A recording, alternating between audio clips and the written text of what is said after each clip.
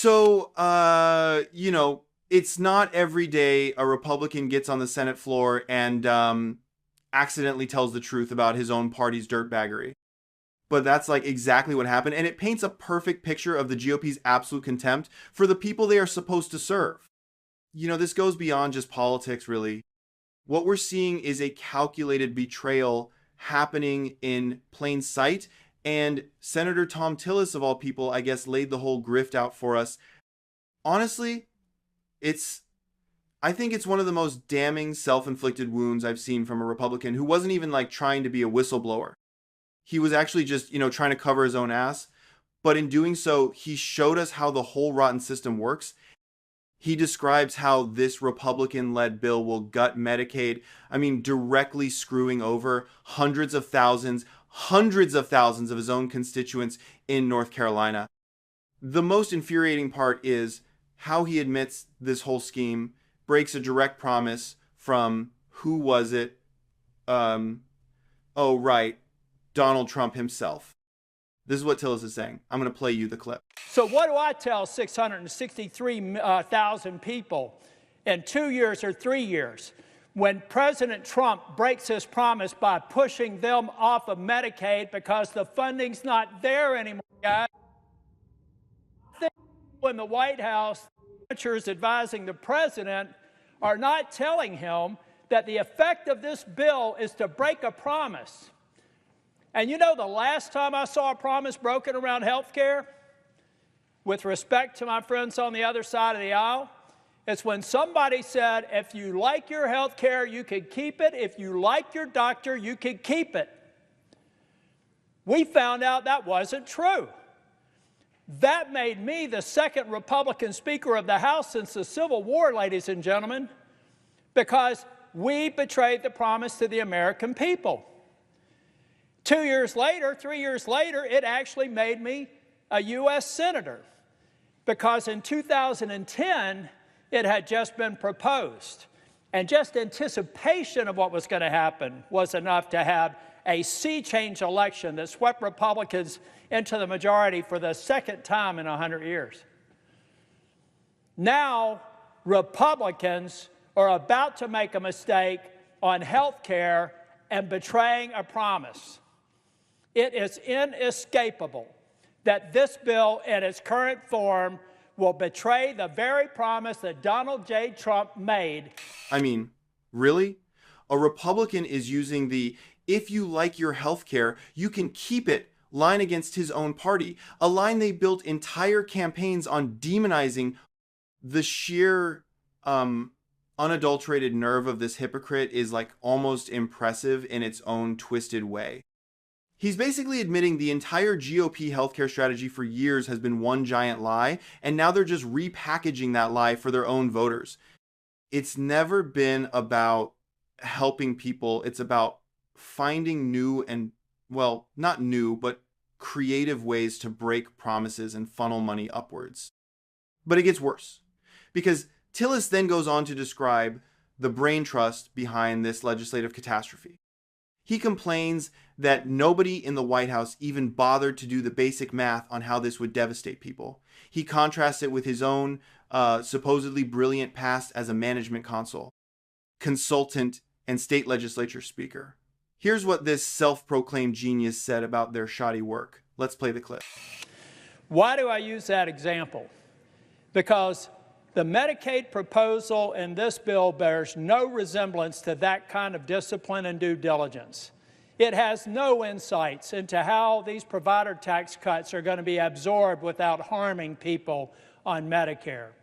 And even worse, most of my colleagues do not even understand on either side of the aisle the interplay of state-directed payments and the devastating consequences of the funding flows that are going to be before us. He's openly admitting that his colleagues, the people writing the laws that govern your life, are a bunch of morons who don't understand the devastating consequences of their own bills.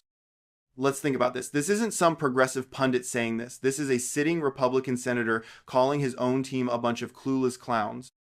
Frankly, it's maybe the most honest thing I've ever heard a Republican say about their legislative process. I mean, this has nothing to do with careful, considered governance. No, it's really about jamming through whatever ideological garbage their donors want, regardless of who it harms. You know, it reminds me of this extended warranty I once got roped into for a used car. Total nightmare. The contract was like, what, 50 pages of dense, unreadable text? And wouldn't you know it, when the transmission blew, the company pointed to some obscure clause on page 37 to deny the claim. And that's basically the GOP's entire governing philosophy. Write the rules so only they can win while everyone else gets screwed by the fine print.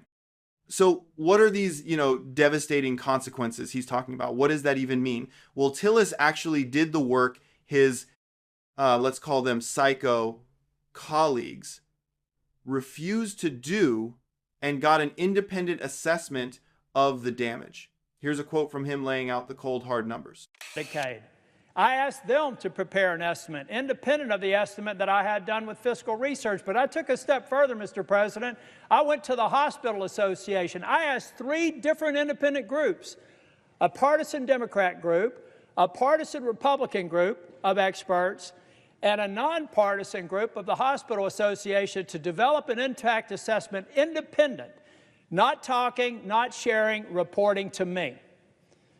And what I found is the best case scenario is about a $26 billion cut. Now, we've got $26 billion. Let me say that again, $26 billion. Let's be clear. That isn't just a number on a spreadsheet. That is a promise of pain and suffering for his state. And it's the best case scenario, isn't it? This is the predictable outcome when you let a party of sellouts and grifters write policy. So when Tillis took this concrete, independently verified evidence of a looming disaster to the Trump administration, they surely acted responsibly, right? Of course not. The gaslighters did exactly what you'd sort of expect. First, they told him he was completely wrong. When Tillis cornered them with his data over, was it 2? No, 3 separate conference calls, they finally ran out of lies. This is where the story goes from gross incompetence to pure, uncut, sociopathy. It's just, yeah. I want you to listen to the pathetic excuse the administration gave him after admitting he was right. Here's a quote from Tillis describing their response. It's a masterclass in overbearing cowardice. Different attempts for them to discredit our estimates. The day before yesterday, they admitted that we were right, that between the state-directed payments and the cuts scheduled in this bill, there's a reduction of state-directed payments. And then there's the reduction of the provider tax. They can't find a hole in my estimate. So what they told me is that, yeah, it's rough, but North Carolina's used the system. They're going to have to make it work. All right. So can you believe that? That's the official White House position on a policy they know will tear a $26 billion hole in healthcare for the vulnerable. Look, we're not just talking about a political disagreement here. That is the response of a cold-blooded, callous powermonger who sees human lives as, collateral damage or something. It's the ultimate bureaucratic cop-out. It's like when the cable company messes up your bill and after 2 hours on the phone with them, they just say, well, that's just the policy. It's a tactic designed to make you feel powerless, to make you just give up and accept the abuse, right? And it's the exact same move these Republican operatives use to run the country. But here is the ultimate twist in this whole saga of stupidity, I guess. The part that reveals Thom Tillis is, well, he's no hero in this story. He's just another bootlicker who got scared when he realized this specific scam was going to blow back on him personally. That's what it seems like, doesn't it? Because what did he do before all this? Let me think. Oh yeah, he proudly passed a law making it illegal to expand Medicaid in his state. He was so terrified of affordable health care that he preemptively sabotaged his own people, and he admits it right here on the Senate floor. This is what this snake is saying. Been there. I was Speaker of the House. I refused to do it. When I left North Carolina, I said, we're not going to do a provider tax. I left it at 2.5%. Now it's 6%. Mistake on the part of the leadership. And frankly, I know my friends are probably going to think I'm a little bit crazy here, but I actually passed a law that made it illegal to expand Medicaid. Why did I do that? Because I was convinced someday we would be here. And I would have rather found a way to get more people on Medicaid at the standard FMAP than having this 90-10 match and watching it disappear and taking away desperately needed health care. So, Mr. President, over the course of the evening, I may look for an opportunity to speak again. But I'm telling the President that you have been He created a legal trap, a trap, to deny people health care and then acts surprised when his own party of ghouls uses that trap to,